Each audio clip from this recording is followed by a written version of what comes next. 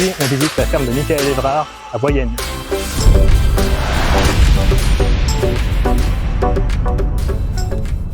Je suis installé en 2007. En fait, j'étais animateur professionnel donc de formation. J'ai travaillé une dizaine d'années dans l'éducation populaire. En fait, j'étais responsable de la formation des animateurs et des directeurs de centres de vacances. Dans ce cadre-là, j'ai découvert en fait le milieu de l'agriculture, parce que j'avais une mission sur les questions d'éducation relative à l'environnement et de l'accueil à la ferme avec la bergerie nationale de Rambouillet. Donc, je grenouillais un peu dans les fermes. Je faisais mon jardin, j'avais des poules, des abeilles, et je me suis dit voilà, à 33 ans, je vais changer de taf, c'est le moment. Et j'ai demandé un CIF, un congé individuel de formation. Je crois que maintenant ça n'existe plus. Donc moi, ça m'a permis de conserver mon emploi, d'être payé pendant ma formation, et j'aurais pu retrouver mon poste en sortant de la formation.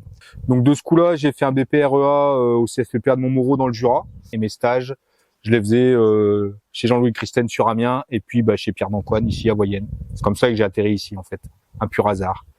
Le BP, en fait, j'ai choisi là-bas aussi parce que c'était une formation très généraliste. C'était du projet à l'installation et sur l'agriculture bio. Et c'était hyper plaisant. Ça me rappelait tout ce que j'avais pas pu faire à l'école. Et là, tu avais plaisir à aller en cours parce que tu choisissais vraiment les cours dans lesquels tu allais. Ceux où tu voulais pas aller du tout parce que ça t'apportait rien.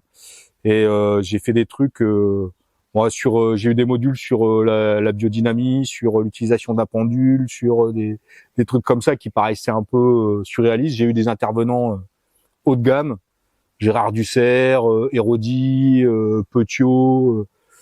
Ouais, vraiment, c'était super classe. On mangeait ensemble, on dormait ensemble. C'était vraiment plaisant. Donc vraiment une formation super pointue. Ouais, une bonne qualité du coup. Ouais, qui m'a fait évoluer déjà mon projet. Moi, je voyais un peu la caricature. Faire un peu de tout, voilà, enfin un peu d'élevage, un peu d'abeilles, un peu d'arbaux, un peu de petits fruits, un peu de maraîchage, truc facile que tout le monde imagine réalisable en 2 temps 3 mouvements.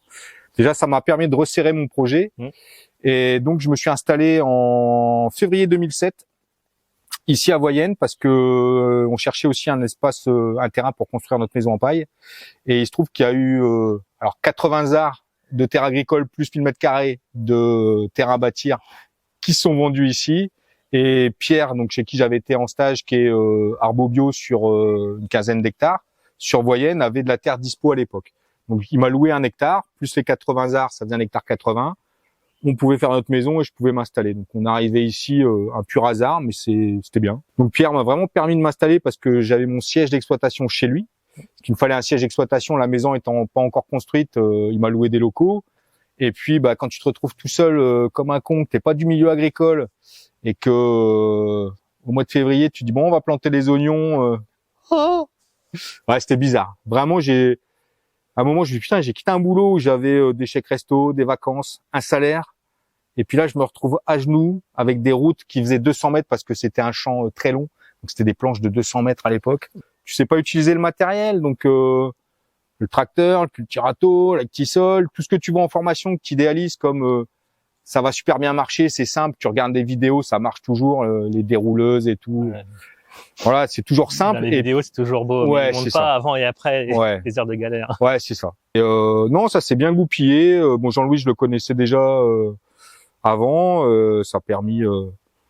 parce que quand même, Jean-Louis, c'est une référence technique dans le secteur, donc voilà. Ça m'a permis aussi, quand je me suis installé, si je l'appelais pas 3-4 fois par semaine, je l'appelais pas, quoi. Et j'allais chercher mes plans au début chez lui, etc. Donc moi, j'ai toujours su m'entourer, on va dire. C'est-à-dire que je reste... c'est important. Hein. Ouais. Pour moi, c'est vraiment un problème de l'agriculture. Souvent, les gens s'obstinent à vouloir travailler tout seuls, dans leur coin, leurs problèmes, et ils veulent surtout pas dire quand ils galèrent. Et moi, c'est plutôt l'inverse, quoi. Moi, quand j'ai un problème, je contacte... je secoue tout le réseau pour avoir une réponse. Solutionner le problème. Hein, ouais, non, sinon c'est pas possible. Au départ, grossièrement, Pierre et puis Jean-Louis qui m'épaulaient. Après, donc je suis dépôt de plans pour Manu Debert qui est producteur de plans dans le Pas-de-Calais, à Ambricourt. Et j'ai toujours travaillé avec lui. Le fait d'être dépôt de plans, moi, ça me permet de voir les collègues en fait du secteur tous les 15 jours, et c'est vraiment plaisant. Ça permet d'échanger sur où on en est, qu'est-ce qui va pas. d'échanger des produits, d'échanger des plans, de discuter, puis de voir aussi des gens, quoi. Moi, ça me permet vraiment de conserver du lien avec des gens, quoi. Et je pense que c'est important. Moi, je me suis installé sur 1 hectare 80. Alors au départ, je louais des terres à Pierre de l'autre côté du village. Et il se trouve que j'ai racheté 1 hectare 40 là, qui jouxtait mon terrain. Donc j'ai rendu l'hectare à Pierre. Et puis donc maintenant, on a notre maison où on vit à 6. On est à Voyenne, dans le Santerre. Alors dans le Santerre, mais au bord de l'eau, quoi. C'est-à-dire qu'il y a la Somme qui est à 50 mètres à vol d'oiseau.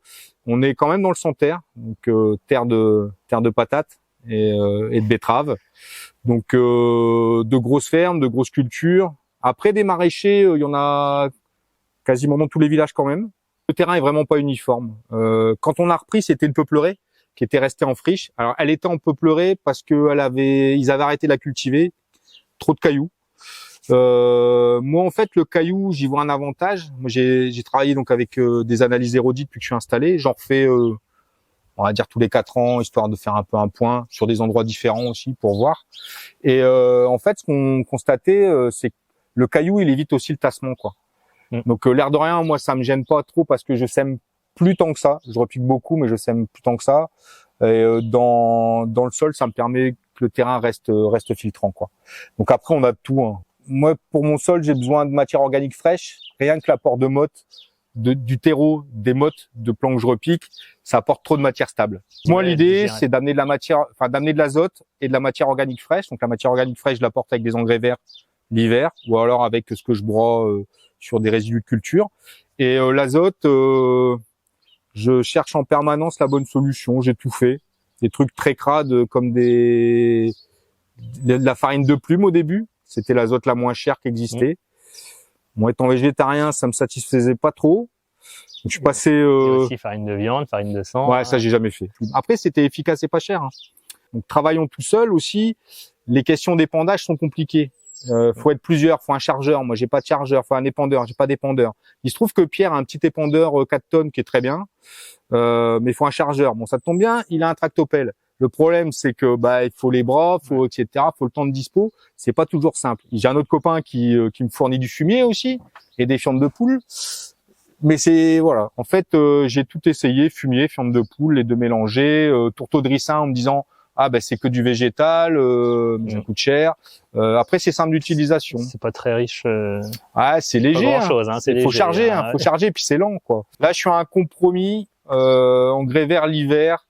Sur tout ce que je peux. Alors j'arrive quand même, sauf la parcelle des choux et des poireaux où il y a pas d'engrais vert, mais sinon à peu près tout le reste est couvert avec un mélange. Alors je suis passé du seigle à l'avoine parce que ça rebouture moins. En fait, au départ, je faisais seigle pois févrole, semé au vicon, puis enterré au vibro à l'arrache. L'épandeur à engrais, ouais.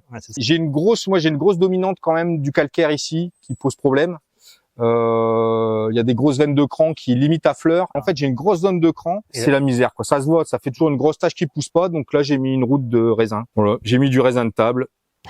Je me dis, ça ressemble à de la terre de Champagne. Donc on va mettre du raisin. Là, c'est un peu plus noir sur la gauche. Là-bas, c'est plus blanc. Et là-bas, la terre elle est un peu mieux sur le bas. Un peu plus, voilà. Après, c'est une terre qui est quand même assez forte. Quand même, il y a quand même un bon taux d'argile. Ça garde bien la flotte. Et puis ça sèche quand ça prend, quoi. Cette année, on est servi. Je suis sur 1 hectare 80. J'ai 1000 mètres carrés de surface couverte. Si j'avais su, quand je me suis installé, j'aurais peut-être acheté moins de trucs. Et puis j'aurais remis un tunnel. Parce qu'en fait, là, je peux pas faire de primeur sous abri. Je fais des primeurs pour le mois d'avril, mais pas pour mai-juin, quoi. C'est-à-dire qu'en fait, je fais navets, épinards, radis, salade, mais il faut que ma serre elle soit vidée entièrement au 15 avril pour implanter mes cultures d'été qui normalement produisent de juin jusqu'au 15 octobre. Et sincèrement, moi, les 1000 mètres carrés d'abri, il y a un côté psychologique aussi, hein. C'est que c'est clos, c'est fermé, c'est 1000 mètres carrés et je pense que c'est beaucoup plus rentable pour moi dans la serre que l'extérieur. Plus facile à gérer parce que tu gères le climat. Des problématiques qui sont différentes sur les rotations, qui sont compliquées, sur la fertile, etc. Après, moi, je bosse beaucoup avec du foliaire aussi. Voilà, pour essayer de complémenter. Mais j'aime bien, moi, j'aime bien. Et le côté fermé, clos, psychologiquement, quand tu rentres dans tes 1000 mètres carrés, tu vois le travail que t'as bas. Et voilà, dehors, t'as l'impression une espèce de, t'es happé par tout ce qu'il y a à faire et des fois, t'en perds la tête. Donc moi, je sais abandonner une culture, par exemple. J'ai des collègues qui savent pas, mais à un moment, ça me gêne pas. Enfin, on va pas dire ça. Je sais broyer une planche. S'il faut. Après, j'ai réduit beaucoup mes types de culture. Aussi, par rapport La diversité, c'est ça? Ouais. J'achète moins, je fais moins de trucs folkloriques. Puis au départ, quand je me suis installé, je m'étais installé en pensant faire de l'apiculture et puis du maraîchage. J'avais lâché un bon gros billet quand même sur les abeilles. Et je me suis très vite rendu compte au bout de 3 mois que c'était pas compatible, quoi. Les pointes de travail sont au même moment. Et de ce coup-là, je pouvais pas être et au maraîchage et aux abeilles. Et quand j'allais aux abeilles, de ce coup-là, j'étais pas dispo parce que j'étais crevé et je pensais à autre chose. Et de ce coup-là, les abeilles, elles me le rendaient, quoi. Soit tu y vas et t'as plaisir à y aller, ça se passe bien, ou soit tu fais tout vite fait et puis tu te fais dépouiller, donc ça t'énerve. Et je me dis que si j'avais pas mis le billet dans l'apiculture, j'aurais pu remettre ne serait-ce que, là j'ai un bitunnel, j'aurais pu remettre un 3e et ça m'aurait changé la vie. Ne serait-ce que 9,60 m en large de plus, là je serais tranquille, là j'aurais des radis, parce qu'il y a un truc surréaliste, je suis incapable maintenant de faire un radis dehors avec les altises qu'il y a, quoi. Moi, on m'a toujours dit, ouais, les altises, c'est temps sec et chaud. Eh ben, cette année, moi, j'avais semé un beau carré de radis dehors par un temps froid et humide. Petit laidon, le lendemain, plus rien. Des altises. Je dis, putain, c'est pas vrai, quoi. Et tu peux mettre un P17, tu peux mettre ce que tu veux dessus. S'ils sont là, ils sont sur le sol. Alors moi, je me suis installé donc en 2007, création 100%. Ici, comme je te disais, c'était une peuplerée. Donc, on a fait un peu les Américains. On est arrivé, on a tout défriché, on a tout déchaumé, on a fait les tranchées pour faire venir l'eau, on a fait un forage, on a installé les tunnels, on a planté 600 mètres de haies, on a tout clôturé pour éviter sangliers, chevreuils et à l'origine lapins, mais j'ai vite compris que les lapins s'en foutaient des clôtures. En fait, j'étais un peu le roi du pétrole la première année. Trop d'argent en fait. Parce que trop de trésorerie la première année. Ouais, parce qu'en fait, alors à l'époque, on avait l'aide de la région qui était assez conséquente. Moi, j'ai payé ma serre et l'installation, le montage de la serre, vu que j'étais tout seul. Il y en avait pour 26 000 € à l'époque. Maintenant, c'est même pas le prix d'un. Ouais, c'est ça. J'ai acheté tout le matériel. Moi, j'avais rien du tout, hein, donc j'ai racheté neuf Actisol, Cultirato, petit matériel, voilà. De quoi bosser, ouais. Grossièrement, on va dire un budget de 100 000, je pense. L'installation. Tout compris, quoi. Ouais. Et en fait, donc j'ai emprunté parce j'avais pas 100 000 € sous la main. En fait, j'ai payé pendant 8 ans. Ouais, j'ai payé pendant 8 ans mon installation, quoi. Donc, pendant 8 ans, j'ai eu l'impression de travailler pour avoir le droit de travailler. Il fallait rembourser 1 400 par mois. J'ai vraiment eu cette impression-là d'être obligé de travailler pour avoir le droit de travailler. Et au bout de 8 ans, quand j'ai fini de payer mes prêts, déjà au bout de 8 ans, tu vois déjà un peu plus comment tu travailles. Même si j'ai encore changé depuis, mais j'étais déjà plus à l'aise. J'avais plus cette épée de rembourser les prêts. Et puis même si on achète toujours, je pouvais me faire plaisir à acheter du matériel un peu plus technique ou moins utile, mais qui te fait gagner du temps ou qui t'évite la fatigue ou voilà ou des trucs que tu penses qui vont fonctionner, qui fonctionnent pas derrière. Ça, il y en a plein. Mais voilà, j'étais plus tranquille et j'ai pris plus de plaisir au bout il m'a fallu 8 ans vraiment pour me dire, Et quand tu vois qu'il y a des collègues qui arrêtent au bout de 10 ans ou même un peu avant parce que ça va pas, moi, j'ai eu la chance de jamais avoir à chercher à vendre, en fait. Moi, c'était le début des AMAP. J'étais pas installé que j'ai un groupe d'une 40aine d'AMAPiens qui est venu me chercher. Je me suis installé en février. Il m'avait payé en décembre. Donc, avant que je m'installe, il m'avait déjà donné de l'argent, quoi. Et bon, après, grosse pression quand même. T'as jamais cultivé, tu sais pas ce que tu vas faire. Et c'était, voilà. Justement, on en reparlait avec les AMAPiens parce que j'ai toujours les mêmes. Maintenant, ils sont plus 40. Au bout de combien de temps? Ben là, on est à la 33e saison parce qu'on fait des saisons de 6 mois. Donc là, on a entamé la semaine dernière la 33e saison. Et il y a des gens que j'ai depuis le début, il y a des enfants que je nourris depuis le début. Et je suis vraiment un maraîcher de famille, quoi. Là, puis j'ai l'intention d'aller au bout, moi. Ça fonctionne, quoi. C'est sur Compiègne. Moi, là maintenant, j'ai 100 paniers. Mais en fait, j'ai commencé par Compiègne. Enfin, c'est Marny, Compiègne, Marny, Compiègne, mais bon voilà. Maintenant, sur Compiègne, il y a 3 ou 4 AMAP, je sais plus, 3 je crois. Voilà, nous on a 100 paniers. Grossièrement, je livre 42 semaines par an, maxi. Sur mes 2 AMAP. J'ai une autre AMAP à Ham, mais là c'est une plus petite AMAP. On est monté jusqu'à 30. Là, on est à une quinzaine de paniers. C'est un secteur plus compliqué. Difficile, Et je travaille, il y a le centre social qui travaille avec nous. Donc une semaine sur 2, j'ai une trentaine de paniers en plus. Donc on va dire que ça me fait une moyenne de 130 paniers. Lycée, ça me fait 130 paniers. Contribution en AMAP, ça me permet de garder un lien social aussi, quoi. Moi, je discute et en fait, moi, je travaille pas. Pendant les distributions d'AMAP, j'installe tout. Et il y a des AMAPiens de permanence qui gèrent la distrib. Et moi, mon rôle, c'est de parler soit cuisine, soit de la pluie, du beau temps. Malgré ça, quand même, les gens sont quand même très loin de notre métier, quoi. C'est-à-dire que là, moi, j'ai des gens qui fréquentent des producteurs, et pas que maraîchers, hein, qui fréquentent plein de producteurs, qui leur parlent de notre métier. Mais les gens ne se rendent pas compte que, par exemple, cette année, c'est une année de merde, quoi. Il suffit qu'il fasse du soleil comme ça pendant 2 jours, et puis alors, ça pousse. Non.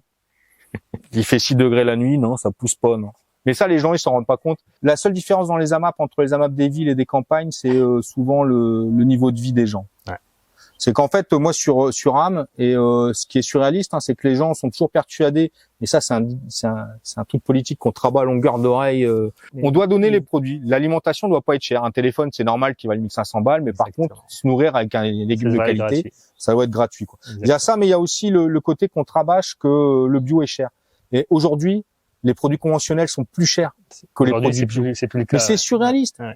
Un céleri que je mettais dans les paniers, je comptais à 2,50 dans mon panier, à l'Intermarché du coin, les mêmes en conventionnel, mais bien brossés, hein, donc qui allaient se garder une semaine. Bon, avec les produits qu'il y a dedans, on sait pas.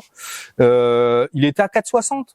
Donc moi, je veux bien être plus cher, mais dès qu'on dit bio, on rajoute, même si c'est un peu plus cher. Non, on n'est pas un peu plus cher. On essaye de pratiquer le juste prix. La MAP, moi, ça simplifie les choses. Il y a un contrat, c'est tant de paniers, c'est tant d'euros. Il me donne les chèques, on parle plus de prix. Le panier, moi, je le fais au vrai prix, donc je me base sur les collègues du secteur. Je me base maintenant aussi sur la Mercuriale de Bio de France, qui est bien. Et de ce coup-là, moi, j'ai pas ces questions de c'est cher, c'est pas cher. Les gens, ils sont contents du contenu du panier. T'en veux? Ah bah écoute, je veux bien, ouais.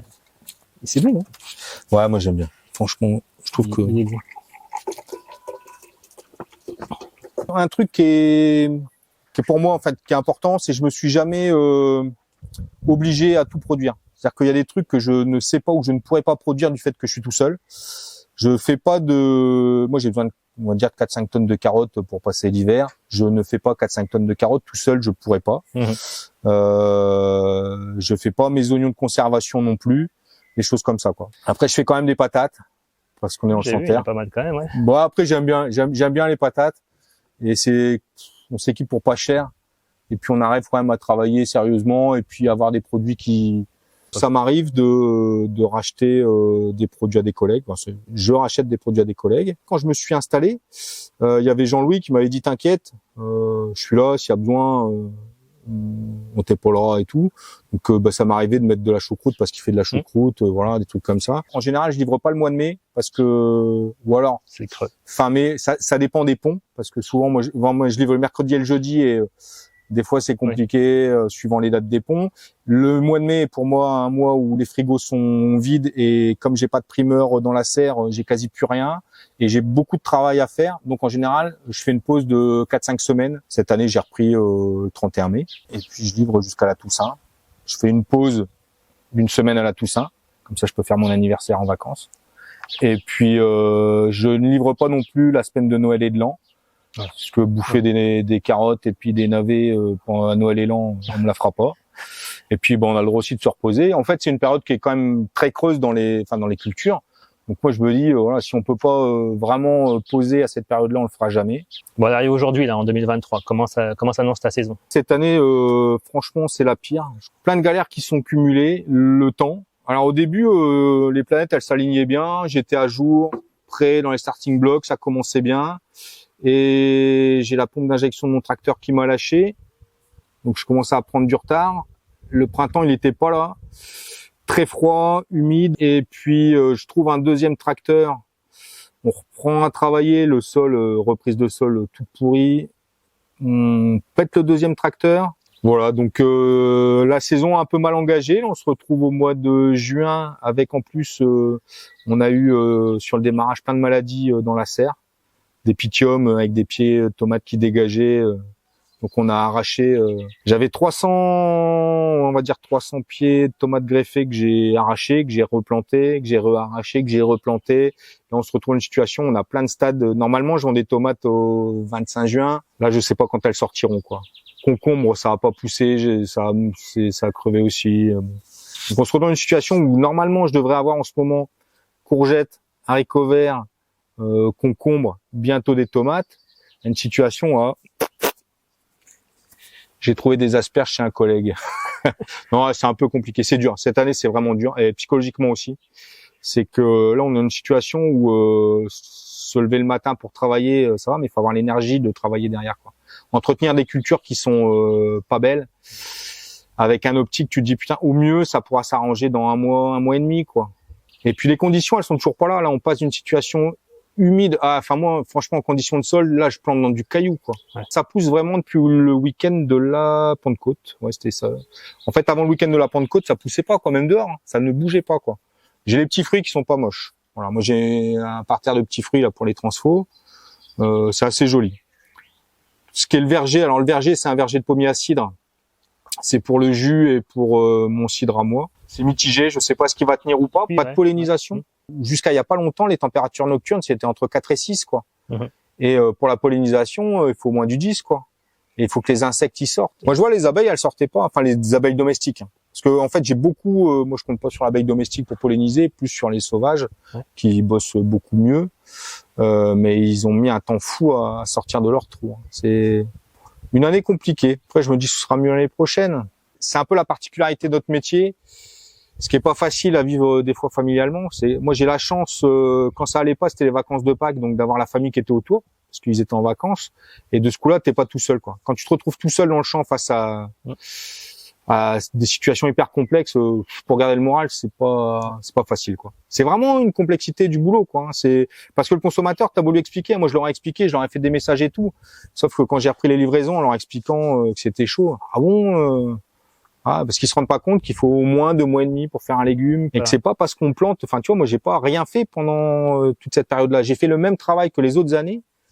J'ai planté des plants qui ont disparu, que les limaces ont becté, que les pigeons ont bouffé, que les lapins ont bouffé, qui ont pourri, qui ont eu des maladies. Il y a plein de trucs. Et en fait, on a l'impression là d'un condensé de trucs. Alors moi, je me dis bon, on a le condensé, après on sera peinard. Nous, on le sait parce que c'est notre métier. Moi, c'est ce que j'aime dans notre métier, c'est vivre avec le rythme des saisons et vraiment être en adéquation avec l'environnement dans lequel on est, quoi. Et sauf qu'on n'est pas nombreux à avoir ce lien et à percevoir les histoires d'importance de température ou d'humidité. Enfin voilà, on pense qu'il suffit juste qu'il fasse beau pour que ça pousse ou juste qu'il y ait de l'eau. Ben trop de l'un ou trop de l'autre, ça fait que ça pousse pas, quoi. Depuis que je suis installé, on a changé quand même nos pratiques. Moi maintenant, je fais du melon dehors, je fais de la pastèque dehors, du poivron dehors. J'ai arrêté les aubergines à cause des dorifores. Et l'année dernière, j'ai vendu des pastèques. Les gens étaient super contents, quoi, bonnes, quoi. À partir de l'année dernière, enfin sur les coups de canicule, moi je pratique l'aspersion 2 fois par jour. Ouais. Et ça fait vraiment du bien. Moi je faisais 11 heures, je faisais un quart d'heure à 11 heures, un quart d'heure à 16 heures. Ça baissait la température. Et après j'effeuille pas beaucoup. J'effeuille pas beaucoup pour garder de l'ombre. Et je pense que ça joue. Et après, je prends aussi des variétés qui font pas de collet vert parce que sinon, les collets verts, ils blanchissent et puis c'est la misère. Alors moi, j'arrose en été quand il fait très chaud, j'arrose matin et soir, quoi. Mais enfin, quand je dis soir, fin d'après-midi. Je pense qu'il faut qu'il y ait de l'air dans le sol le soir. Donc, je veux que ce soit essuyé, mais je garde toujours une humidité. Après, les choix variétaux maintenant sont de plus en plus techniques. Enfin, sur la tomate, le poivron, tout ça, je fais pas de tomates anciennes qui me restent dans les mains parce qu'elles sont trop mûres, éclatées et tout ça. Au départ, je faisais comme tout le monde de la tomate ronde classique et puis des tomates anciennes et puis des tomates modernes de couleur et puis un peu tout mélangé. Et je me suis toujours retrouvé avec ce qui me restait à la fin des distributions. C'était toujours ce que les clients me demandaient, c'est-à-dire les tomates anciennes. Les vertes, les noires, les machins, celles qui produisent, soit qui sont chiantes à tailler comme les Green Zebra parce que ça pousse dans tous les sens et ça me gonfle d'avoir des sapins de Noël, ou soit les noirs qui te font 2 bouquets puis qui arrêtent et qui crament au premier. Voilà. J'ai essayé des variétés sélectionnées en biodynamie, et ben je les ai trouvées moins bonnes que les tomates hybrides modernes. J'ai plus les noms en tête, j'ai fait Pilu, j'ai trouvé ça vraiment pas bon. Alors maintenant, c'est surréaliste, hein. Il y a quelques années, je disais que Close faisait des tomates insipides et maintenant, en fait, quand je regarde mes tomates, les 3/4, c'est des Close. Parce qu'en fait, ils ont une résistance à la clado. Et en fait, tout le monde dit « Oh, j'ai du mildiou !» Et souvent, c'est plutôt la cladio que du mildiou. Et avec Honeymoon, avec plein de trucs, enfin, c'est des tomates qui sont belles, qui sont bonnes, qui produisent et qui permettent en greffé de faire des beaux trucs, quoi. Ouais. Après, j'ai une génétique aussi japonaise, la Taiyo. C'est une tomate jaune, jaune orangé, qui est vraiment bonne, qui est un peu moins résistante, mais qui est pas mal. Et après, je cherche désespérément une noire qui soit résistante et productive, en dehors de cacao chez Gauthier, qui, en fait, en goût, elle a pas de côté gustatif, mais par contre, elle produit, quoi. L'année dernière, j'ai jamais fait autant de tomates de ma vie.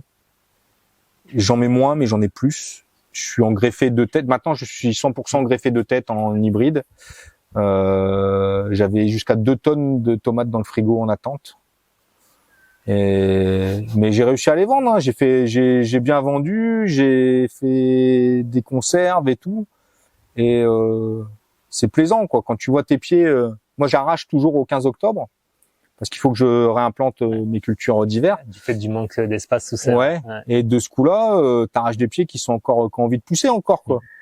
Et non, l'année dernière en tomate, c'était un carton, quoi. Puis et puis du bon, du beau, un truc qui a de la gueule, non, ça c'est pas mal, quoi. C'est pas mal. Mais j'ai arrêté les populations. Par contre, je les conseille à des jardiniers dans leur jardin. C'est la tomate que tu vas cueillir avant de manger dans ton jardin. T'as pas de transport, tu la manges mûre à souhait, et puis voilà, quoi. Contrairement à ce que tout le monde dit, les tomates, moi, elles passent au frigo. Ça change pas le goût. Elles sont pas moins bonnes en passant au frigo. Après, moi, je cueille pas sur mûr, hein. Je cueille toutes les semaines. Tout, je cueille pas sur maturité. Je cueille à maturité, vraiment. Et je les jette pas. C'est des caisses de 5 kilos. Elles sont empilées en chambre froide entre 3 et 5 degrés. Et ça m'est arrivé d'en garder 15 jours en frigo, je les ressortais, elles étaient nickel. Et puis, effectivement, ça condense quand tu sors, c'est logique, mais ça gêne pas la conservation, quoi. Tous les légumes asiatiques qui poussent vite, qui se cuisinent vite, oui, moi je suis fan, quoi. Le pak choi, je trouve ça génial. Et en fait, les Amapiens, il y a une frange des Amapiens qui n'aiment pas. Moi, en fait, je fais komatsuna, pak choi et petsai. Le komatsuna, c'est ce qu'ils appellent l'épinard asiatique. C'est en fait un chou qui te fait une feuille plus ronde. Ça fait pas de boule comme le pak choi. Ça te fait des côtes qui sont vertes avec une feuille verte. Du crotté, par exemple. C'est du chou. Et en fait, moi, je coupe le pied. Ça pousse vraiment. Tu repiques le plant. En 1 mois, ton truc, il est comme ça. Tu coupes 2 mottes, t'as 500 grammes. Il n'y a pas d'herbe parce que ça pousse super vite. Une fois que t'as cueilli ta planche de komatsuna, ta planche de pak choi, elle est bonne à cueillir. Une fois que t'as cueilli ta planche de pak choi, tes petsai, ils sont bons à cueillir. Ça veut dire que t'as au moins 6 à 8 semaines de choux asiatiques qui s'enquillent, quoi. Après, moi, j'adore, hein. Parce que c'est beau, ça se garde bien, c'est bon. C'est des trucs que tu vends pas cher en plus, mais qui font du volume et puis qui nourrissent en plus, quoi. Sur Maraîchage Technique, tu verras comment les maraîchers travaillent, les trucs et astuces qui fonctionnent, les erreurs à éviter. Si tu aimes ce genre de contenu, des visites de fermes maraîchères, abonne-toi dès maintenant. Et sans plus attendre, on continue tout de suite avec la deuxième partie de l'interview. Des rouleuses, ça, j'ai acheté ça il y a 2 ans. Avant, j'en avais une vieille. Et là, j'ai craqué, j'en avais marre de changer tous les réglages. Et de ce coup-là, je déroule du T-Tep en même temps. Ça va super vite. Soit je suis en 1 rang, soit je suis en 2 rangs, perforé ou pas perforé et en biodégradable. Et ça me permet sur certaines cultures de juste repiquer et de récolter derrière, quoi. Du coup, tu t'en sers sur quelle culture en particulier? En particulier, beaucoup. Tout ce que je peux, quoi. Tout ce que je peux, sauf contrairement à plein de monde, ail, échalote, oignon, je le fais pas sur paillage. Parce que je passe les trilles et ça va beaucoup mieux. Sur des cultures comme ça qui sont un peu longues et qui se salissent, moi, désherber au trou, ça me fait chier. En plus, t'arraches le paillage quand tu désherbes, ça pousse pas vite, donc je vois pas l'intérêt. Je préfère passer avec la RC tri, ça va beaucoup mieux.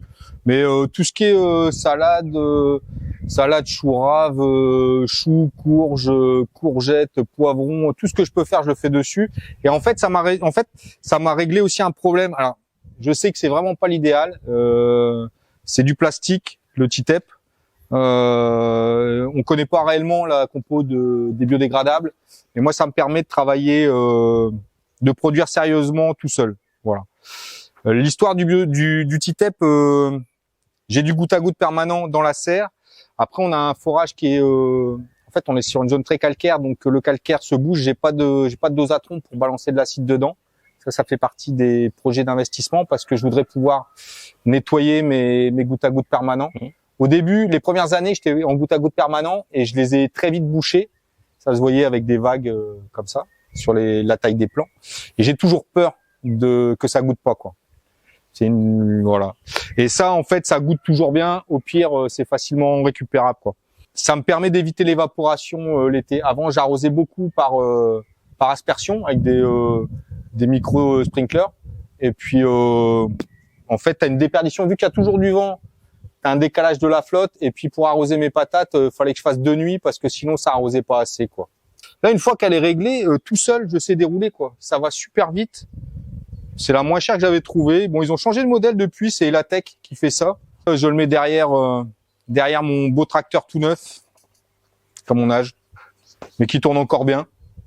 Voilà, il est attelé avec mon butoir. J'ai fait les patates ce matin. Ah, franchement, avant, j'étais sur un butoir à socle. Maintenant, le butoir à disque, je trouve ça super bien. Butoir à disque, je trouve que ça fait du plus beau boulot, quoi. Après, la super planteuse à patates, toute neuve. En fait, je plante avec ça.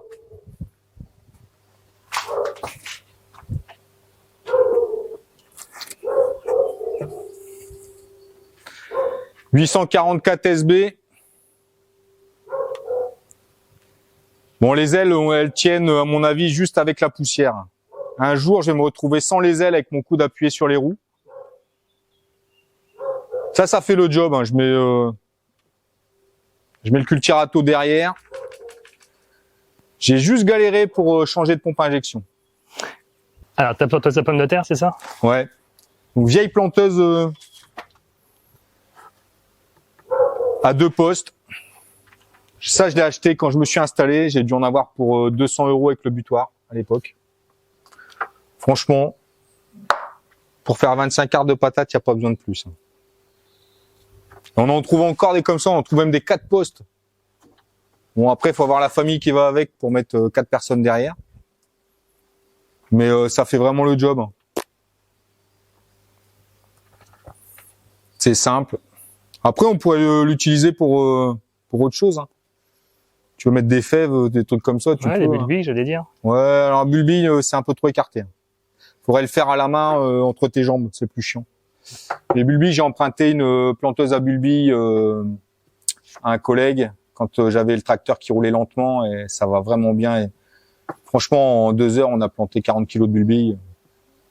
C'est du bonheur. Ça va bien. Ah ouais. Par contre, j'ai pas fait les échalotes. Les échalotes, je les ai fait à la main encore.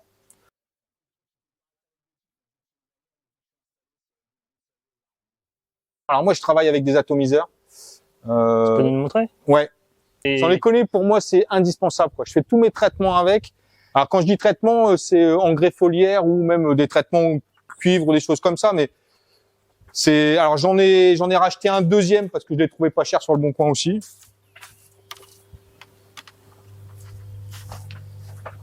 Là, j'en ai un 15 litres et puis un 10 litres. Là, celui-là, je l'ai depuis que je suis installé. Le pot est mort. Il est tellement mort qu'on peut même pas le démonter. Il fait un bruit de mobilette sans pot.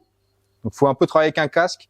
Mais, une semaine sur 2, je fais des oligos toutes les semaines dans la serre. Et, je l'utilise, au moins une fois par semaine si c'est pas plus, quoi. Les années humides, quand il faut traiter, bicarbonate ou cuivrol, j'utilise ça. Alors, du coup, c'est quoi la différence entre un atomiseur comme ça et puis un pulvérisateur traditionnel? Le vieux pulvé à bras comme ça. Ouais, voilà. C'est que en fait, ça, t'appuies sur le bouton, ça te fait vraiment, ça brumise à mort. Ça te balance de l'air. C'est comme une souffleuse de feuilles, sauf que ça te balance de l'eau. Donc ça vraiment, t'as même pas besoin de mouillant. C'est déjà, le produit est déjà bien réparti. Tu fais la serre en 5 minutes, alors qu'avec un pulvé à bras que j'utilise pour des préparations plus délicates, on va dire des thés de compost oxygénés, des préparations en biodynamie ou des choses comme ça, où je veux pas qu'il y ait de contact avec le cuivre parce que les cuves elles sont pas suffisamment nettoyées ou des choses comme ça, j'utilise celui à bras. Je mets 2 fois plus de temps et puis il faut pomper. Voilà, c'est pas un pulvé électrique. Et même le pulvé, il a un jet qui est moins, c'est moins brouillard, quoi. Là, quand je passe avec ça, il y a un brouillard et c'est vraiment réparti. Les feuilles sont mouillées intégralement et ça secoue vraiment ta planche, quoi. Enfin, ta plante, quoi. Et moi, je fais les patates avec, mais je fais les 25 quarts de patates. J'ai pas besoin d'un tonneau sur le tracteur. Hein. Je fais 4 pulvés. Voilà, je passe dessus. Du coup, c'est plus rapide. Ah, c'est hyper rapide. C'est mobile, c'est rapide. T'as pas besoin d'atteler. Tu fais ton mélange. Tu doses vraiment ce que t'as besoin. Et puis voilà, tu fais ton dosage. Ça a un pouvoir couvrant meilleur que le pulvé, c'est ça. Ça va aller sous la feuille, ça va aller partout. Ouais. Ah ouais, il y a pas photo. Donc ça vraiment, pour moi, ça a vraiment l'impact. Pierre qui a des pulvés d'arbo, donc en arbo, c'est vraiment de la brume. Enfin, c'est vraiment fin, et puis ça booste pas. Enfin, ça bouge beaucoup les feuilles. Là, c'est pareil, quoi. Et on peut se permettre en patate. Moi, je fais 4 ans en même temps, quoi. En passant comme ça, quand je suis en traitement, j'arrive à me faire 4 ans en même temps, quoi. Et c'est efficace, quoi. Franchement, ça consomme, voilà, c'est des moteurs de temps, c'est pas la mort. Juste histoire des membranes au démarrage. Ils les font pas encore électriques et c'est dommage. Ça va venir. Ouais, c'est ça. Alors ça c'est l'investissement que je croyais qui allait être super et qui en fait de désherbeur thermique. Mais complètement inutile. Ben, à chaque fois que je veux l'utiliser, soit il pleut, soit il y a du vent. Donc ça va pas. Et puis après, c'est trop tard parce que c'est un créneau d'utilisation qui est quand même très très serré, quoi. Et sinon, ça marche, je veux dire, mis à part la difficulté. Ouais. Ça marchote. Si ça marche, si c'est dans les bonnes conditions. Ça marchote, quoi. C'est pas, non. J'avais pris ça parce que moi, ce que j'aimais bien, c'est que c'était un four. C'était pas des brûleurs comme. Quand je dis brûleur, c'est ça. Ça, c'est un truc qu'on m'a donné. Mais par contre, le four, c'est pas mal parce que vraiment, il y a un pouvoir chauffant qui est important. Et le problème, c'est je pensais passer sur 2 rangs de carottes en même temps, mais la terre, quand elle est meuble, les roues, ça s'enquille, ça va pas si bien. C'est pas un investissement que je me dis super, je l'ai fait. Je me dis plutôt que j'ai balancé un peu trop de thunes. Après en dessous, voilà. Après c'est une bouteille de plombier, donc il y a pas de détendeur, donc ça tire à mort, quoi, ça crache à mort, quoi. Et je la remplis moi-même avec je prends une bouteille de gaz, je mets le raccord et je la remplis, quoi. Je pensais que ça allait me sauver des trucs et puis au final, non. Comme quoi, des fois, on n'a pas que des bonnes idées. Après, c'est pareil, tu vois, j'ai acheté ça. Alors, ça, c'est pas mal quand même. Avec l'âge, ça t'évite de trop piocher. Écoute, il y a un collègue qui avait investi là-dedans, qui avait dit, ouais, c'est vachement bien et tout. J'ai essayé. Oh, putain, ça va vite. Les choux, tu faisais ça hyper vite. Les salades aussi. Et puis, donc c'était... Je crois que c'était Pélinck. Ouais, c'était Pélinck qui la faisait. Et puis ils ont changé de batterie. Et puis enfin voilà, c'est un peu. Il y a plein de monde qui s'y est mis d'un coup. Et j'ai voulu acheter d'autres trucs et puis ça allait plus trop. Bon, après ça, l'avantage c'est que quand la terre est dure, tu peux y aller, quoi. Enfin, je veux dire, ça décroute facilement. Donc il y a plusieurs positions. En fait, tu peux la faire tout doux. Ça c'est le plus lent. Là, ça accélère.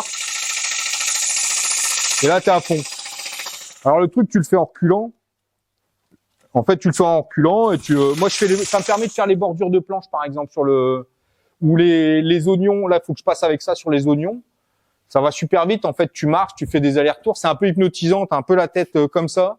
Et quand t'arrêtes, t'as un peu le bras qui secoue quand même. Mais, sincèrement, tu vas quand même beaucoup plus vite qu'avec une binette et tu te fatigues pas, quoi. La seule fatigue, c'est une fatigue quand même de tendinite. Enfin, les vibrations dans le, c'est ça. Dans le bras. Ouais. Mais franchement, bon, je trouve ça cher pour. Du coup, t'as payé ça combien? Je crois que c'était 1004. Aujourd'hui, je le referai peut-être pas, mais ça me sauve. Franchement, par exemple, là, je l'ai fait au printemps. Là, je suis même pas passé une fois dessus à l'étrille. Je l'ai planté propre, ça a vite poussé. J'ai passé une fois et puis j'ai pu biner. J'ai biné une fois là avec ça m'a pris 1 heure. Voilà. Bon là, elle est en train de choper la rouille, j'ai vu ça tout à l'heure, ça m'énerve ça. Donc des broussailleuses comme ça, donc à fil où je peux mettre le disque, c'est des petites batteries, c'est Steel qui fait ça, c'est les mêmes batteries pour ma tronçonneuse et mon taille-haie. Sincèrement, c'est hyper pratique. C'est une ramasseuse à pommes mais électrique. Et en fait, comme j'ai quand même pas mal de pommes à ramasser, j'en avais marre de les ramasser et de faire appel à plein de monde pour les ramasser. Et là, en fait, avec ça, tu peux te faire une tonne à l'heure tranquille tout seul, quoi. Puis tu te baisses pas, quoi. En semoir, alors c'est super bien rangé. Hein. Semoir, je suis sur Semner que j'ai acheté d'occasion. Donc j'ai la poutre pour mettre derrière le tracteur. J'ai 4 éléments. Et là, j'ai acheté la brouette pour le mettre en monorang. Et je tenais vraiment... En fait, moi, j'ai commencé avec Ebra. Un Ebra de la génération quand on s'est installé. Putain, moi, je l'ai jeté 3, 4, 5 fois, 10 fois contre un mur parce que le renvoi d'angle, il tournait pas. T'es obligé de le remettre. Enfin, insupportable. Sur une planche de Cultirato, ma roue, elle terrait trop. Et de ce coup-là, enfin, des fois, ça se bloquait, ça terrait. Puis voilà. Semner, c'est simple. T'as un trou. T'as pas trop de réglages et puis voilà, ça sème comme ça sème, mais je trouve ça efficace quoi. Après j'ai un semoir à radis là-bas, un semoir maillé, pareil d'occasion. J'avais dû le toucher à 150 balles, maintenant ça va être 400 balles. Et semoir maillé c'est peinard quoi, c'est des trémies, tu mets tes graines de radis, tu tires, tu fais un aller-retour, t'as ta planche qui est semée. Super régulier, alors qu'avec un semoir monorang, t'es là roue dans roue, tu fais des allers-retours, va te marcher sur non, c'est pas possible ça. Tiens, la canne aussi, ça. C'est un des seuls trucs que j'ai acheté à TerraTech. Ah, il y a des plus gros pour les plants, mais déjà, ça, c'est déjà bien lourd. Hein. Enfin, franchement, j'ai rien. En fait, moi, ça, j'utilise pour semer mes fèves et mes pois en début de saison et les haricots. En fait, je déroule ma planche biodégradable avec du paillage à salade et puis je fous 2-3 graines pour les fèves et puis 4-5 graines pour les pois puis les haricots et puis trou par trou avec un seau, hop. Et au moins, c'est semé régulier, c'est propre. On enfonce, on règle la profondeur là avec le bitonio. On appuie, hop, ça ouvre, ça fait tomber. C'est pratique, quoi. En fait, c'est tout con. Hein. Après, c'est super cher pour ce que c'est, quoi. Moi, c'est la solution que j'ai trouvée pour les fèves. Combien t'as payé ça? Sincèrement, je ne sais plus. C'est du prix TerraTech. Ça veut dire ce que ça veut dire. Non, c'est abusé. Franchement, pour ce que c'est abusé. Hein. Mais alors, il y a plein de gens qui vont dire ouais, mais tu peux le faire, c'est simple. Oui, oui. Ouais, on peut tout faire. Mais moi, le bricolage, c'est pas ma passion. Sincèrement. Après, c'est un défaut. Hein. C'est un gros défaut.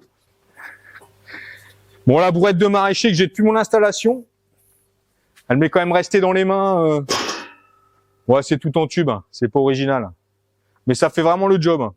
Moi, je bosse qu'avec ça. Tu peux mettre 150 kilos dessus, y a pas de souci. Hein. Bah ça, moi, je vois pas comment je peux travailler sans. Hein. J'ai mauvais. Des fois, c'est du petit matos qui te sauve quand même. Semoir maillé, alors c'est super simple. Hein. C'est juste des trémies avec des ailettes qui tournent.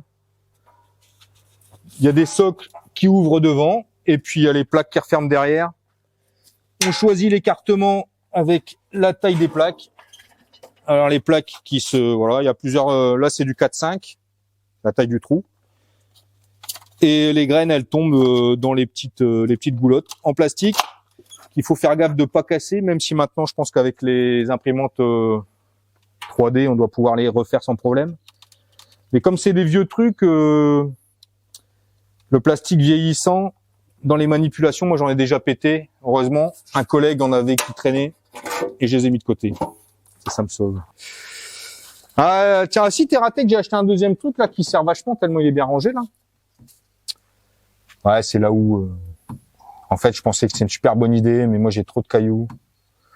Alors je la revends pas parce que je me dis qu'elle peut toujours m'aider, mais en fait comme je mets beaucoup de paillage, j'utilise plus trop. Et en fait pour moi c'est pas si efficace que ça quoi.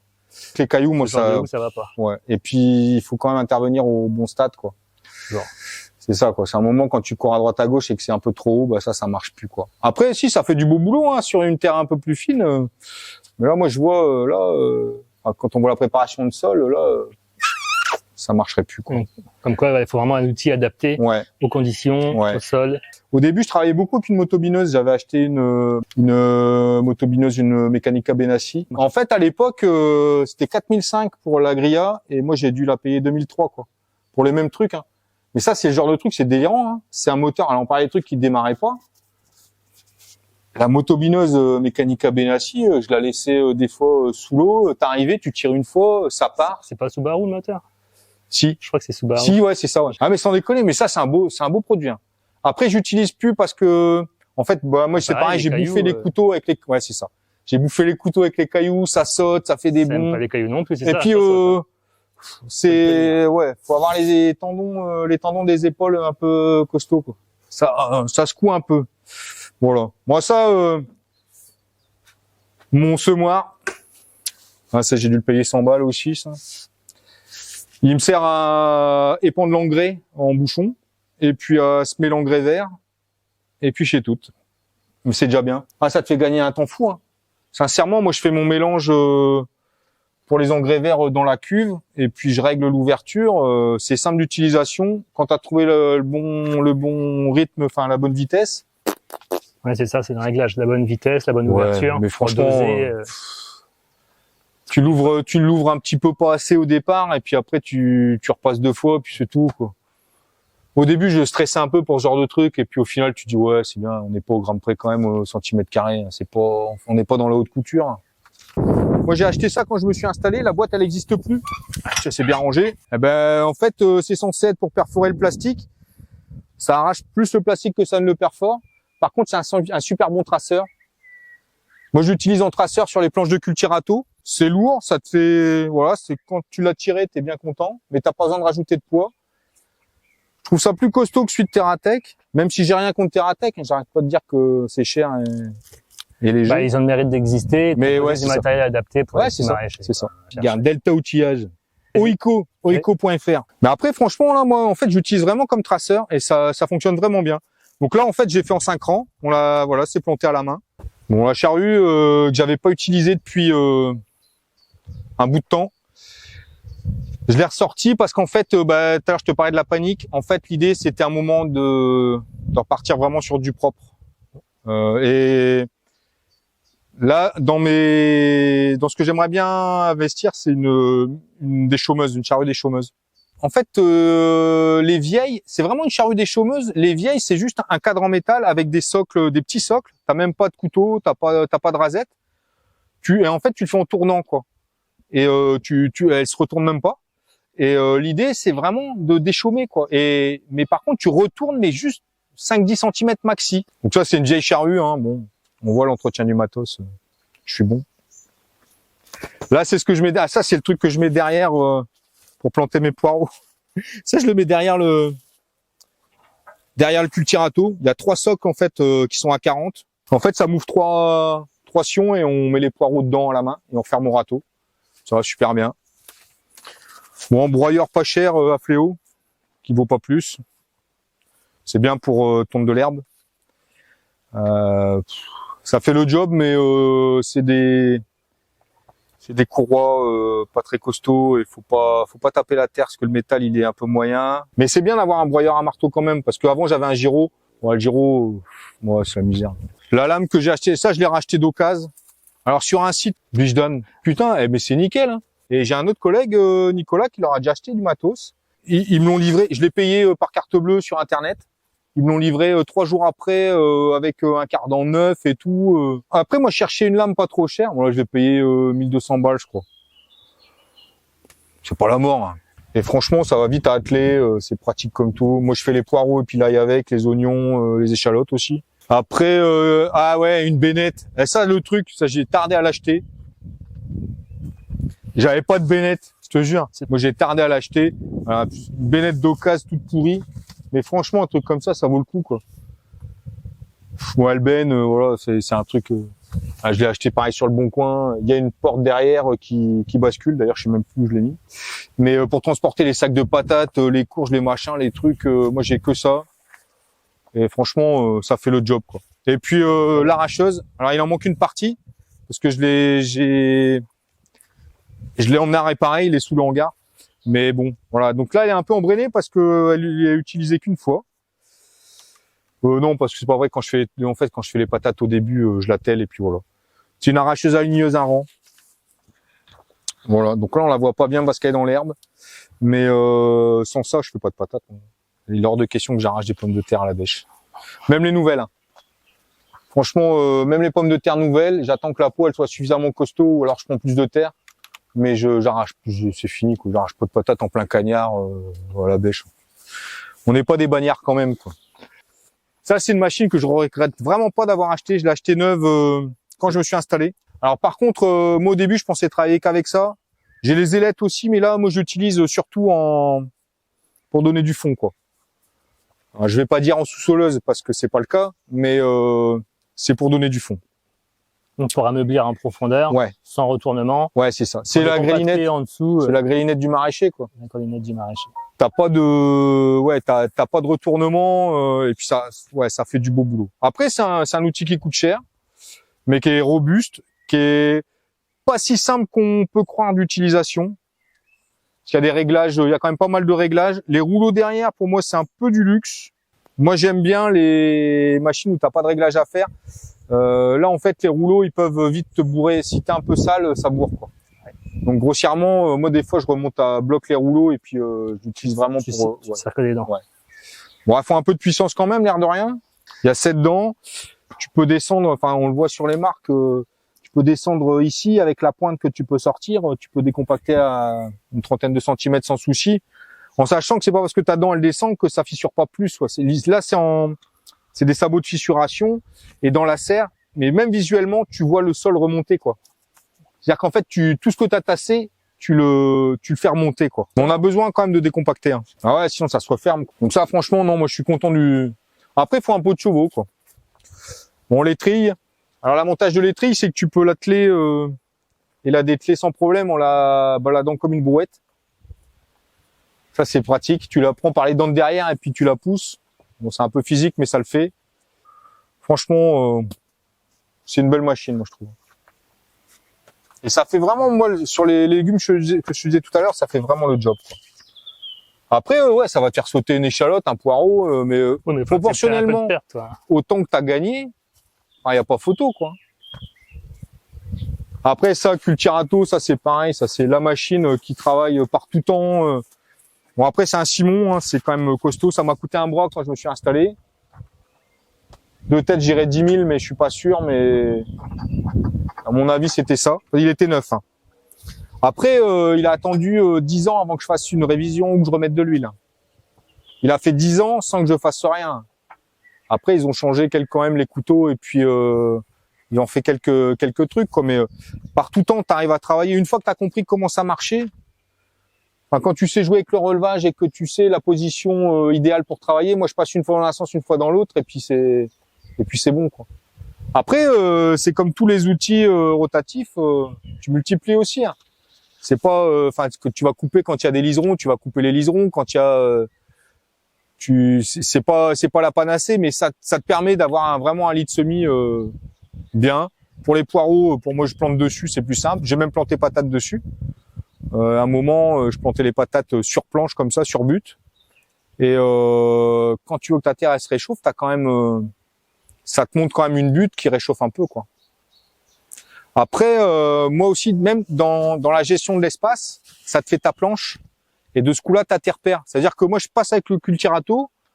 Derrière, je passe le traceur qui va juste sur la planche. Tes passe-pieds, ils sont faits. Tu réfléchis pas. T'as pas besoin de repasser avec le tracteur. Quand tu bosses à plat et que t'as pas besoin de redessiner. C'est déjà fait, quoi. D'un autre côté, maintenant, avec la dérouleuse, je fais autrement puisque je déroule et puis il y a la planche qui est là. Donc le reste, c'est les passe-pieds. Mais ça revient au même, quoi. L'idée, moi, c'est déjà tracé. Et c'est pas anodin parce que quand moi, je me suis déjà retrouvé sur des situations à plat, à pas pouvoir repasser le Cultirato et je me suis retrouvé perdu à passer le traceur comme ça à plat, ça marquait pas bien parce que le terrain était pas bien préparé. Tu te retrouves avec un truc, j'ai pas aimé. Et ça, franchement, c'est une bonne machine, quoi.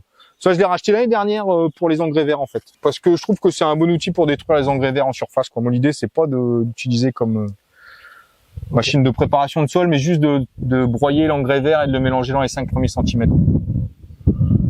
Ça t'évite de passer le broyeur. Voilà. Ouais, c'est ça. Parce qu'avant, j'attelais le broyeur, derrière, je passais l'actisol, après, je repassais des trucs, après. Et là, je dis, putain, mais ça, c'est bon, ça, tu fais tout d'un coup. Et en fait, ça marche. Parce que j'avais des doutes, hein. Mais ça marche. C'est bien. Et puis là-bas, j'ai un déchômeur aussi, là, dans l'herbe. C'est des grosses dents. Franchement, ça fait du bon boulot, hein. C'est mon regret. En fait, au départ, comme on avait pas mal de subs à l'origine quand on s'est installé, on pouvait pas avoir accès. Et en fait, tu dis putain, j'aurais pu baisser vraiment le coût de l'installation. Mais après, faut être sur le bon coin, faut faire le tour des fermes, voilà. Mais t'as des outils qui sont plus utilisés, qui valent vraiment le coup. Hein. Et après, les outils à dents, c'est quand même bien. Ouais. C'est quand même bien. Alors, effectivement, tu vas pas semer derrière des carottes tout de suite, quoi. Mais...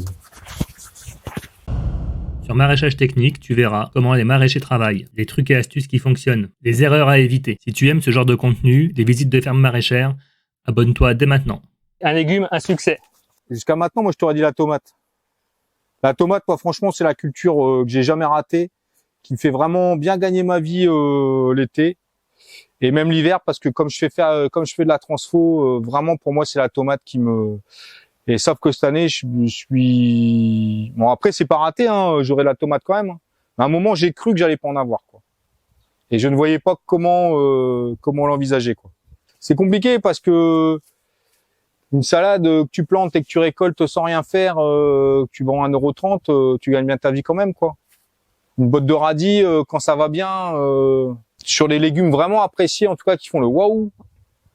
Les tomates, ça marche à tous les coups, quoi. Faut savoir jongler, stocker, arroser, arrêter d'arroser, traiter, entretenir. Moi, j'aime bien les cultures qui restent longtemps en place et sur lesquelles on peut intervenir pour les accompagner. Je pense à ce que je te disais avec les traitements à l'atomiseur. Moi, j'aime bien en prendre soin, même quand elles vont pas bien.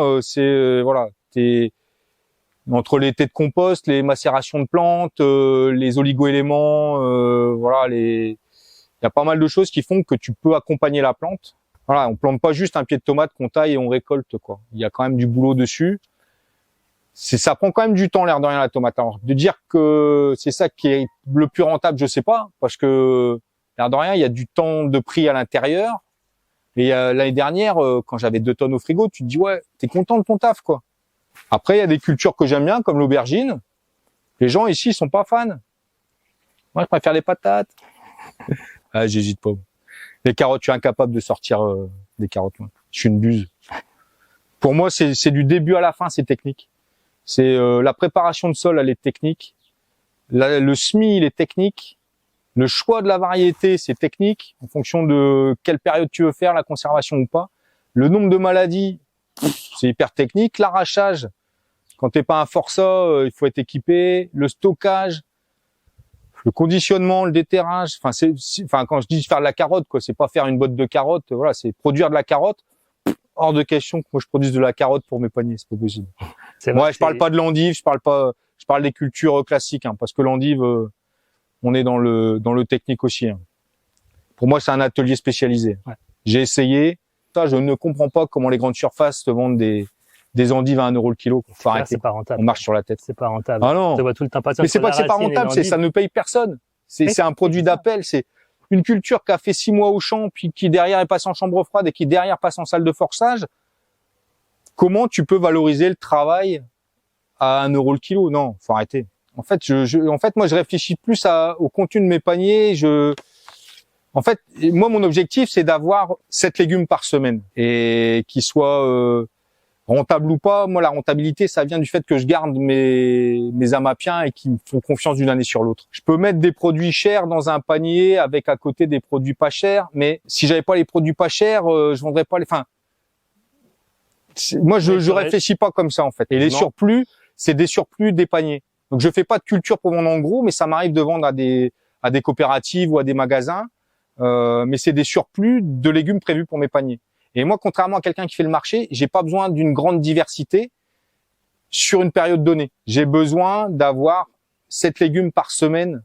Voilà. Donc j'ai mes cycles qui sont à peu près tout le temps les mêmes, je change mes variétés, mais je saurais pas te dire, je vais t'inventer des conneries. Tu réfléchis pas de la même façon. Ça simplifie pas toujours parce que une année comme cette année où je réfléchis pas en diversité et où tu foires tes légumes pour tes paniers, tu dis qu'est-ce que tu mets dedans, quoi, tu vois. C'est ça qui est compliqué, mais ça m'est arrivé qu'une fois cette année, quoi, en 17 ans, donc voilà. Et puis on va trouver une solution. Je pense que j'avais une bonne étoile sur mon installation. Ça s'est déroulé comme sur le plan. On cherchait un terrain pour construire une maison, on cherchait des terres pour cultiver et on a tout trouvé. Ça s'est bien passé. J'ai pas eu de soucis. J'ai eu mes prêts. J'ai acheté le matériel que je voulais. Les clients, ils sont venus me chercher. J'ai vendu, voilà, j'ai eu la chance de débutant. Tout ce que je semais au début, ça poussait. Mon installation s'est bien passée. Après, c'est ce que je te disais tout à l'heure, c'est l'impression d'avoir à travailler 8 ans pour avoir le droit de travailler qui était gênant.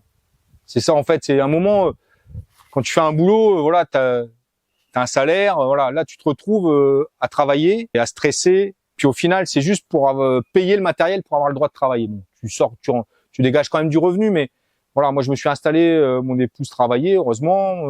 Voilà, enfin, c'est ça aussi qui fait que quoi. C'est pas si simple. Et il se trouve qu'à l'époque, j'avais pas le souci de commercialisation puisque moi j'avais un public captif quoi. Les AMAP c'était en plein essor.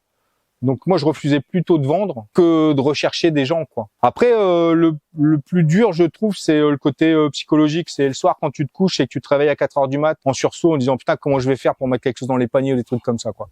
C'est la charge mentale mais c'est encore maintenant c'est pareil hein, en période où ça va pas voilà, c'est pour ça que moi j'ai besoin de partir en vacances et quand je suis en vacances je dors comme un bébé et j'arrive mais j'ai besoin de couper, je peux pas être en vacances ici, j'ai besoin d'aller ailleurs pour pas voir. C'est une organisation, faut que je gère pour que les enfants ou des amis gèrent l'arrosage, les récoltes ou des trucs comme ça. Mais j'arrive à le faire et ça me permet de tenir quoi. À un moment, il faut savoir couper. Moi, j'ai besoin de ça. Quoi. Mais une vraie coupure quoi, pas juste partir 2 jours quoi. L'été, c'est par 15 jours et tu reviens plus fort aussi. Enfin, tu reviens, t'es remotivé et puis à la fin de tes vacances, tu dis ouais, je vais faire ça, je vais faire ça.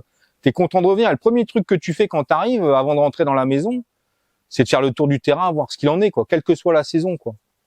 Ça, c'est plaisant. Après, à l'installation, ce qui était dur, c'était, moi, je suis pas issu du milieu agricole, hein, c'était prendre possession des machines. Ça demande un temps d'apprentissage et ça, tu l'apprends pas dans un livre, tu l'apprends en faisant, quoi. Déjà, j'investirais pas dans du matériel d'apiculture, c'est clair. Je m'installerai en maraîchage 100%. J'attendrai pour installer des cultures pérennes, fruits, vergers, etc. Je nettoierai bien, je déchaumerai bien longtemps avant. Sur les arbres, je mettrai des hautes tiges et pas des basses tiges. Sur l'achat de matériel, j'aurai le double de surface couverte par rapport à celle que j'ai aujourd'hui, c'est sûr. Et puis, je pense que j'achèterai plus de matériel d'occasion. C'est à peu près ça, ouais. L'idée, c'est ça. C'est pas de baisser. Moi, à l'époque, quand je m'installais, je me disais, et puis c'est ce que je disais après aux jeunes installés, c'était une installation, c'est 100 000 € pour être confort. Je pense qu'on n'est pas, je sais pas aujourd'hui, les prix ont tellement changé, ça a tellement flambé que je saurais même pas dire aujourd'hui. Par contre, je conseillerais pas à quelqu'un de s'installer avec une grêlinette, un abri de jardin à 2 balles et puis pas l'eau par exemple, quoi, et pas l'électricité, quoi. Non, après c'est vraiment moi j'ai vu plein de gens qui voulaient s'installer en disant je vais faire un grand jardin. Ah, t'es maraîcher? Ouais, j'ai 500 mètres carrés. Ah non, tu fais du jardin, quoi. Enfin, à un moment, il faut appeler un chat, quoi. Je veux pas qu'on fasse croire aux gens que c'est un métier, voilà, qu'on se balade dans sa boîte avec un chapeau de paille et puis que c'est simple, quoi. Ah, de faire vraiment les légumes essentiels. Dans un premier temps, c'est pas de faire de fioriture, quoi. Si on est sur les légumes classiques, les courgettes, c'est vert, c'est long, c'est ce que les gens ils mangent. Les tomates, c'est rond, c'est rouge. Dans un premier temps, si tu dois faire des choix et que t'as pas beaucoup de surface, c'est d'être dans du classique. Et à un moment, moi, je pense qu'il faut rentabiliser la place. Et c'est pas forcément en mettant un pied de tomate tous les 30 cm parce que tu vas avoir d'autres problèmes, etc. Enfin, on peut pas toujours densifier. Et il y a des moments où il y a besoin d'air, il y a besoin d'espace. Mais il y a des cultures qui poussent vite, qui se vendent bien. Ce que je te disais tout à l'heure, hein, pour moi, les légumes japonais, enfin les légumes asiatiques ont cette force de pousser vite, de faire du volume de feuilles et de se cuisiner vite. Ça, moi, je trouve que c'est intéressant. En hiver, c'est toutes les jeunes pousses asiatiques, Mizuno, Métis, Moutarde, etc. Qu'il faut pas laisser monter, mais qui sont rentables. Moi, en fait, je trouve que ce qui est rentable, c'est toutes les jeunes. Moi, l'hiver, la serre est pleine et elle est aussi rentable que l'été, quoi. Entre la mâche, les jeunes pousses, le mesclin, mais c'est que des cultures à forte valeur ajoutée qui demandent un peu de savoir-faire, mais pas forcément beaucoup d'entretien. Faut arroser au bon moment, planter au bon moment, couper au bon moment. Et si tu veux faire qu'une coupe, tu peux. Si tu es courageux, tu peux en faire plusieurs, mais t'es pas obligé. Mais tu auras quand même bien gagné ton argent, quoi. C'est-à-dire le pourpier, quand tu lui mets, je sais pas, une pointe de roquette, pourpier d'hiver, quand tu mets une pointe de roquette ou une petite moutarde avec, ça lui donne un peu de corps, et puis ça te fait du volume qui est bien payé, quoi. Ce qu'un légumier de plein champ va pas savoir faire. Les légumiers de plein champ, ils te sortent des betteraves pas chères, des carottes pas chères, des oignons pas chers, des patates pas chères, des choux pas chers, voilà, parce qu'ils sont équipés sur de la grosse surface. Et ça, nous, les gros légumes, on sait les trouver. Par contre, on va pas trouver le mizuna, la roquette, le pak choi, le petsai. Après, il y a des trucs qui vont très bien. Les choux raves, ça pousse vite, c'est bon. Les gens aiment bien. C'est des trucs qui sont pas compliqués, que tu peux densifier. Parce que la courgette, ça peut être rentable, mais ça marche pas tout le temps. C'est pas si simple que ça, quoi. Et puis la courgette, quand moi je cueille tous les 2 jours, au début, t'es super heureux parce que t'as du volume, et puis au bout d'un moment, putain, c'est dimanche matin. Non, voilà, enfin, il y a des contraintes. À chaque culture, il y a ses contraintes. Donc pour moi, il y a pas une culture magique. Il y a ce qui nous correspond, il y a ce qu'on sait faire, il y a ce qu'on aime faire aussi, qui des fois pas la même chose. Moi, franchement, l'année dernière, j'ai vendu des melons, les gens, ils étaient sur le cul. Et même moi, c'est la première fois que je sortais des melons, j'avais fait du melon greffé dans la serre, à Nasta. Ouais, c'est à Nasta, je crois. Je crois que c'est close encore. Et en greffé, j'ai sorti des melons au mois de juillet. Il y a un mec qui m'a dit, je déteste le melon, mais les tiens, ils étaient super bons. Je dis, ouais, champion du monde. Et putain, tu te dis, ouais, putain, on est en Picardie. Le melon de la Somme. On est en Picardie, quoi. Et les melons, ils étaient excellents. Bon, on a des années particulières, mais il faut savoir en profiter, quoi. Après, le haricot rame, enfin, moi, je fais Vespéral, ou Émérite, on va dire, c'est kiff-kiff, quoi. C'est un super produit. Il faut savoir le vendre parce qu'il est un peu, moi, je le cueille gros. Je le cueille en mange-tout. Il peut faire 20 cm. Alors, les gens sur un marché, c'est difficile parce qu'ils vont dire, ah, ils ont des fils. Moi, en AMAP, la première fois, ils disent, oh, ils sont gros tes haricots. Puis la fois d'après, ils disent, ouais, super. Et tout seul, tu peux cueillir 100 kilos de haricots et pas en 3 semaines. Non, je fais du haricot plat aussi, qui va très vite à cueillir. Des fois, je fais des planches, des fois en one shot, voilà, une récolte groupée, mais costaud. Quelqu'un qui s'installe sans l'eau, pour moi, c'est pas concevable, quoi. Moi, ici, sans eau, je ne fais rien, quoi. Je ne peux pas, aujourd'hui, là, je peux pas semer, je peux pas repiquer si j'ai pas l'eau, quoi. Et j'ai commencé, le forage n'était pas en fonction. Je remplissais des cuves de 5000 litres. Je faisais 2 cuves de 5000 litres de l'autre côté du village et j'arrosais ma serre à la main avec des tuyaux. Je mettais 10 heures pour arroser la serre, quoi. Et pas toute la serre, juste une partie. Et ça, c'est pas concevable. Donc, par contre, j'ai arrêté le programmateur et je l'utilisais trop. Je lui faisais trop confiance et je mettais plus ma main dans la terre. Et d'ailleurs, j'ai une stagiaire qui me dit, mais comment tu fais pour savoir quand il faut arroser? Bah, je sais pas, tu mets ta main dans la terre, tu vois si c'est mouillé ou pas. Enfin, tu vois, il y a un ressenti, il y a aussi un côté relationnel, enfin physique, sensoriel, voilà. Il y a une relation avec la plante et le sol qui s'apprend pas forcément, qui est, on va pas dire que c'est inné, mais enfin que t'as ou t'as pas, quoi. Tu sais reconnaître un truc que tu dois arracher ou pas. C'est du ressenti. Hein. Ouais. Il y a un ressenti qui est important et en fait, ça me coupait, le programmateur, il me coupait de ça. C'était trop automatisé, quoi.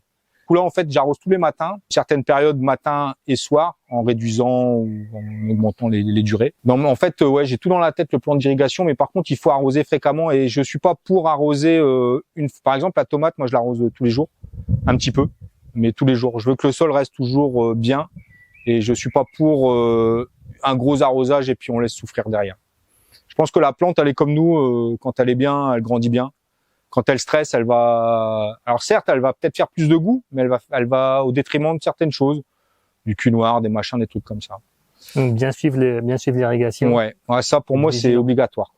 Et après les plantes, je trouve qu'elles réagissent bien aux foliaires et toutes les préparations pas chères qu'on peut faire nous-mêmes, des extraits fermentés. On va quand même passer sur les extraits fermentés plus que les purins, des fermentations maîtrisées, d'ortie, de consoude, des décoctions de prêle, c'est des trucs qui sont à la portée de tout le monde, qui sont simples. Après, des thés de compost oxygénés qui sont un peu plus complexes à faire, qui demandent un peu plus de maîtrise, mais il y a des formations un peu partout. Après, surtout, le conseil, c'est de se faire plaisir, quoi. Moi, j'ai toujours une culture, quand je disais faire que des trucs classiques et tout, moi, je me réserve quand même tous les ans soit une nouveauté, soit une culture pour se marrer, quoi. La pastèque, par exemple, voilà, des conneries comme ça. Je sais bien que je vais pas gagner ma vie sur la pastèque, mais quand je sors des pastèques, ça me fait marrer de dire que j'ai fait des pastèques en Picardie, quoi. Faire son planning de culture quand tu t'installes, c'est super compliqué, mais justement, bosser avec son maître de stage ou ses collègues ou j'en sais rien, sur la planification et pas la veille, quoi. Moi, je sais, là, aujourd'hui, je sais ce que je vais faire à la même période l'année prochaine.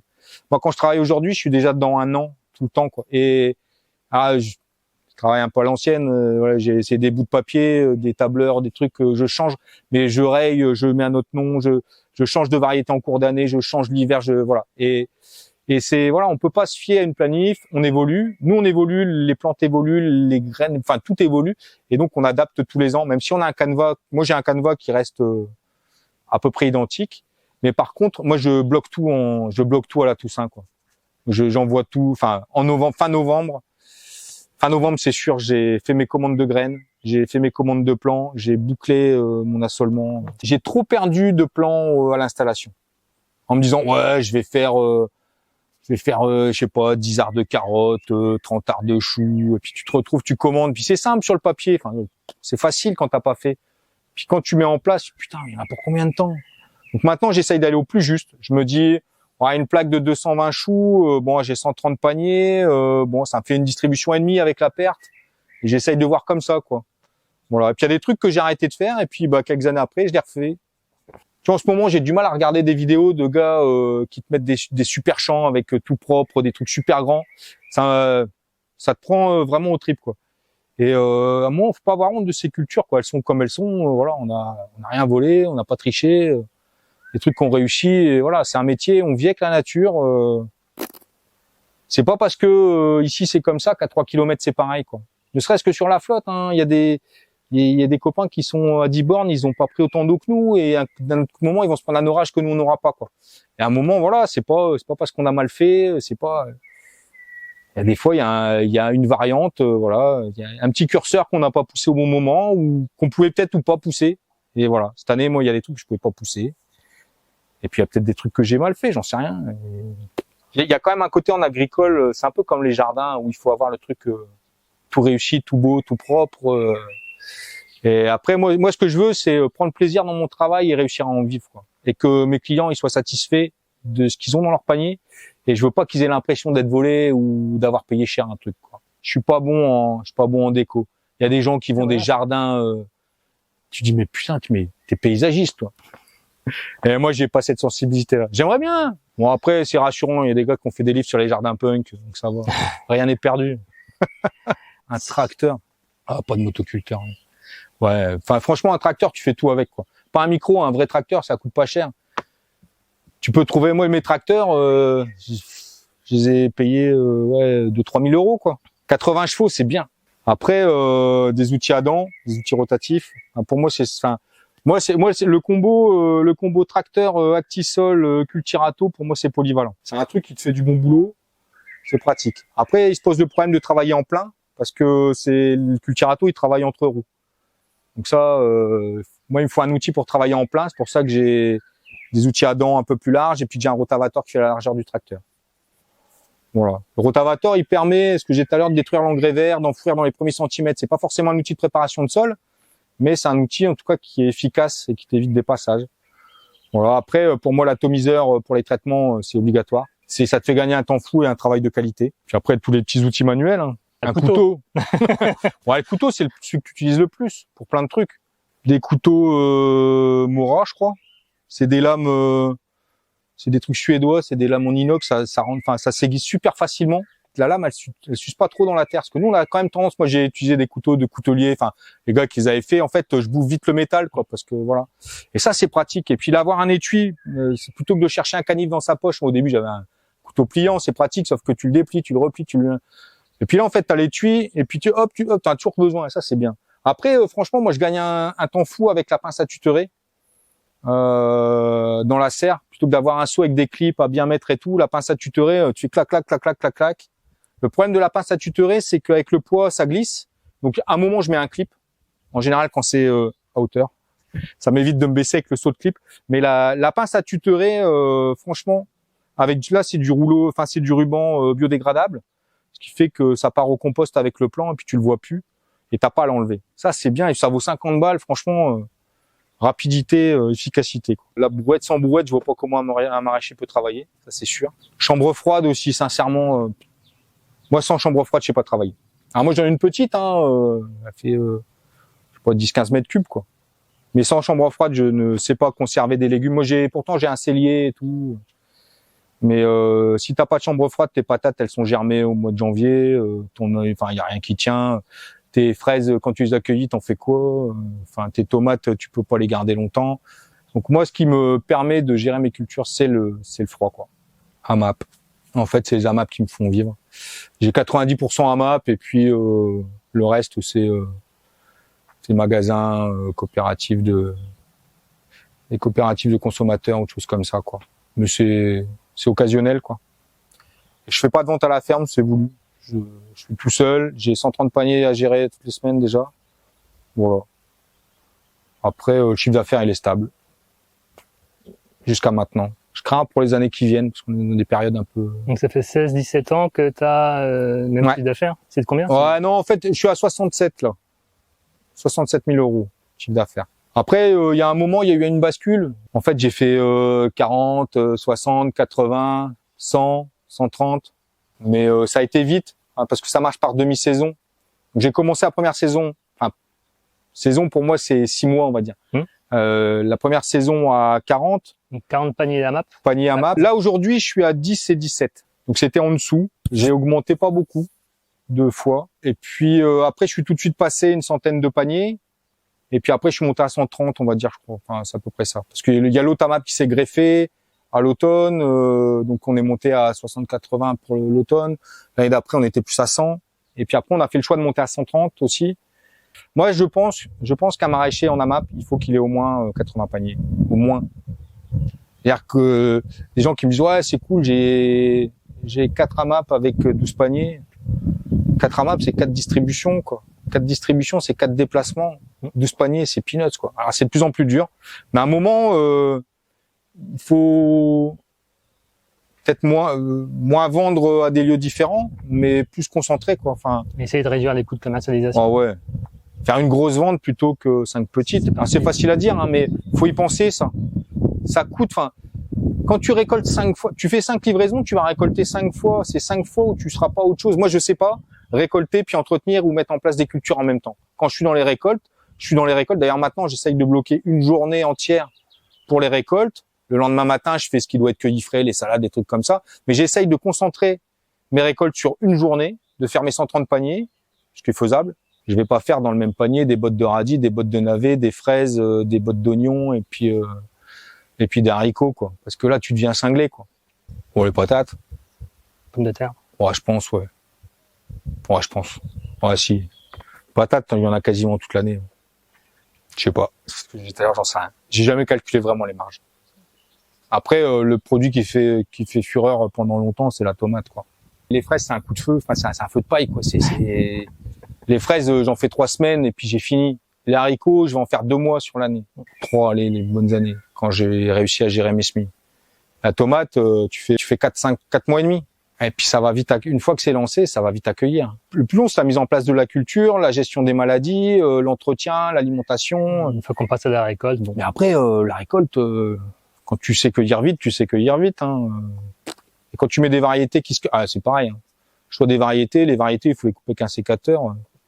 Poubelle, ça dégage. Non, il faut les variétés tu peux cueillir avec 2 mains. Des tomates cerises. Ouais, ça tombe tout seul. Ouais, c'est ça. Tu fais ça, tomates cerises. Alors les tomates cerises en arête de poisson qui mûrissent tous en même temps, où tu fais ça c'est du bonheur, ça. En plus, c'est bon. Avoir ma retraite à 60 ans, j'aimerais bien avoir du temps pour militer syndicalement. En fait, quand tu es tout seul sur une ferme, tu peux pas. Ça, c'est compliqué. Après, non, moi, c'est vraiment stabiliser. Enfin, je veux dire, là, je vois où je vais, je sais ce que je veux, ça fonctionne. Je veux réussir à faire une année peinard où je réussis ce que je plante, quoi. Je veux perdre le moins possible, réussir le mieux, voilà. Après, sur les investissements, non. Je te disais tout à l'heure, c'est une petite déchômeuse, histoire de voir si ça me change la vie sur certains trucs.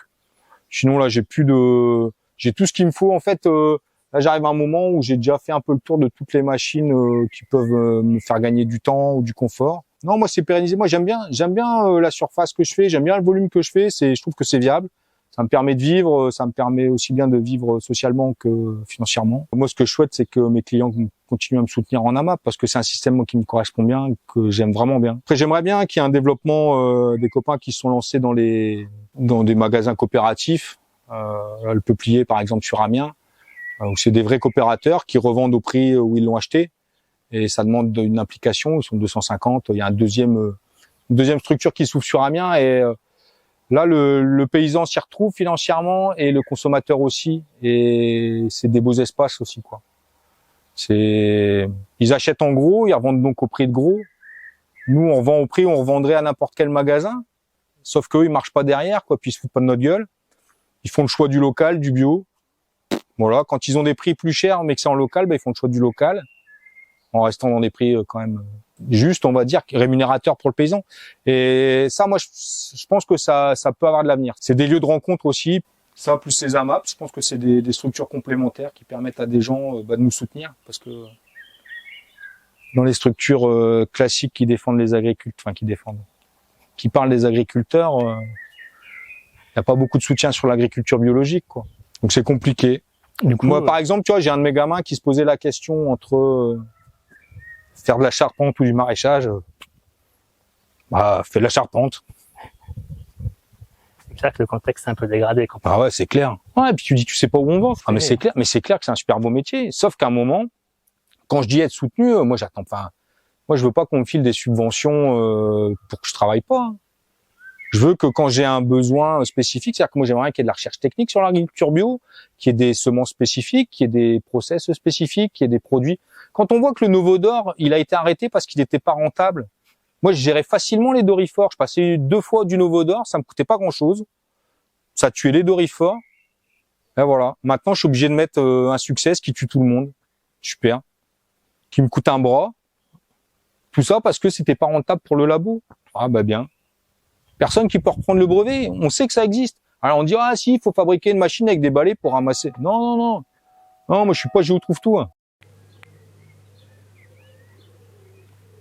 Après on voit ça a été planté en dernier là, le carré à gauche là. Donc on a arrêté de planter là, c'est Alouette. C'est Alouette de chez Desmazières qui est une bonne patate. Alouette, c'est une patate à peau rouge de consommation, patate moderne résistante, qui pousse très vite et très droit, en fait, qui fait pas mal de feuillage. Franchement, c'est simple à cultiver, quoi. Ça, il y a un bon rendement aussi. Ouais, t'as un bon rendement. Moi, jusqu'à maintenant, j'étais sur Désiré. En fait, moi, c'est un peu les habitudes pour mes clients. C'est les chairs rouges, c'est de la chair tendre. Enfin, c'est patate conso et mes peaux jaunes, c'est la chair ferme. Donc, je fais alliance en chair ferme parce que c'est la meilleure patate du monde, je pense. J'ai même fait des cornes de gâte là. Ouais. Je fais la corne de gâte en me disant ça va être super bon. Par contre, alliance pour moi c'est vraiment faut arroser à mort. Non, après moi c'est le problème, c'est que j'arrose pas assez. En fait, moi je rate toujours les premiers tours d'arrosage. Et le problème, en fait, pour moi le plus gros problème d'alliance, c'est qu'elle a besoin d'être vraiment bien réchauffée, d'avoir un terrain chaud et qu'elle lève pas tout en même temps. Bah là on voit là, tout ça là c'est Alouette, c'est levé pareil. Sauf là, parce que ça a été planté avant. Et là, on voit le carré d'alliance où on voit des points verts et puis des trous. Mais c'est élevé, c'est juste que c'est pas au même stade de culture, quoi. Et à un moment, ça va rattraper. Mais sur l'entretien, une année où ça se salit, c'est la misère. Et franchement, après, le risque aussi, c'est quand t'arroses trop, c'est d'avoir des trop grosses patates aussi, hein. Elle fait de la grosse patate, alliance, hein. Cette année, j'ai refait, et j'en fais pas beaucoup. En patate nouvelle, j'ai fait Osiris. Avant, je faisais Sirtema, je suis passé Osiris, qui sont les mêmes. Quasi, mais c'est des patates qui poussent vite, mais je trouve que gustativement il n'y a pas un goût de pomme de terre nouvelle, tu vois, enfin il n'y a pas un truc qui fait le waouh. C'est ouais, t'es content, t'as une patate avec pas de peau, mais t'as pas un goût terrible, quoi. Donc là en fait j'ai planté il y a 50 kilos de plants, voilà quoi. J'ai diminué un peu parce qu'après ça fait trop en surface, même si j'aime bien faire les patates, après il faut les stocker. Ouais, mais ça je le vends de septembre jusqu'à avril, quoi. Juste, j'ai fait ma planche de cultirato sur une terre crade et puis on a planté à la main. Bon là, on voit l'impact quand même du chêne. C'est pour ça l'agroforesterie, c'est bien, mais le chêne il pompe quand même. On voit bien la différence. Puis on voit bien aussi les dents de lapin, surtout sur les oignons. Et puis donc là, j'ai fait un passage à l'étrille et c'est tout. Et là, ça se ressalit sévère. Là, j'ai planté pour la première fois à la machine. Un copain qui m'a prêté une machine avec des plaques, c'est des godets. Alors, je l'ai pas là, je peux pas vous montrer, mais c'est des plaques avec des godets. On met les bulbiques dedans à 2 postes. Et puis en vitesse lente, là avec le Renault, ça allait nickel. Donc on a mis 80 kg d'oignons vraiment en 2 heures, alors que tout seul à la main, il m'aurait fallu une semaine, quoi. Là, le souci, c'est pareil, je passais une fois les trilles. Le souci, c'est les lapins qui bouffent les feuilles. Bon, là, maintenant, vu le nombre de feuilles, ils commencent à pousser, mais ça les stresse quand même. Puis ils auraient besoin de flotte quand même. Mais le problème, c'est si je mets de la flotte, l'herbe, elle va dropper à mort. Et là, ça fait quelques années où j'ai un gros souci avec cette plante-là, que j'adore. Putain de grosse merde. Là, qui est toute petite, c'est la panique. Là, c'est le début de la panique, en fait. Et l'été, on a l'impression que je les semais tellement c'est dru. Et en fait, c'est une plante qui germe comme l'amarante, en fait, avec les chaleurs, en fait. Et tu fous un coup de flotte. Moi, c'est le problème sur le poireau, par exemple, c'est quand je repique mon poireau, je mouille beaucoup derrière. Et si je passe pas les trilles tout de suite, j'ai un tapis d'amarante monstrueux et puis j'en viens plus à bout, quoi. Donc, au bout de 15 jours, je plante les trilles, je passe les trilles et puis voilà, quoi. En fait, moi, j'aime bien les trucs qui vont vite et où il n'y a pas de réglage. Les trilles, la première fois que j'ai utilisé, je dis, waouh, c'est super ce truc. Je passe sur l'ail, je passe sur les oignons, je passe sur les échalotes et je passe sur les poireaux. Je pourrais le faire sur, je passe sur les patates aussi. Je pourrais le faire sur les choux, sur autre chose, mais c'est plus compliqué. J'ai déjà enterré des choux. Et de ce coup-là, j'ai pas osé le refaire. Mais par contre, oignons, enfin tout ce que j'ai dit avant, j'ai aucune crainte, quoi. Je mets la dureté que je souhaite, je roule à fond. Le problème, c'est que j'ai pas assez de longueur pour ne pas m'arrêter avant la fin, quoi. Donc en fait, forcément, il y a un endroit qui est moins bien désherbé parce que c'est la vitesse qui fait les vibrations. Après, c'est une machine qui vaut 2000 balles, mais le gain de temps par rapport à un binage. Alors après, ça marche pas tous les ans, quoi. Il y a des années où tu peux utiliser les trilles, mais s'il pleut, si c'est de la boue, ton étrille, elle sert à rien, quoi.